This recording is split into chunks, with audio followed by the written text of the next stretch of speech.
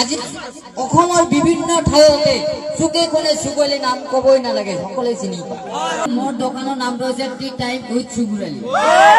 আরে এটার full meaning কি? ফুল মিনিং কি?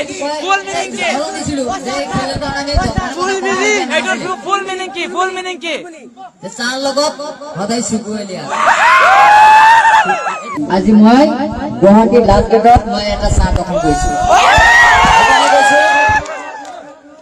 যে নৰেন্দ্ৰ মোদী টিচ of bird became prime minister.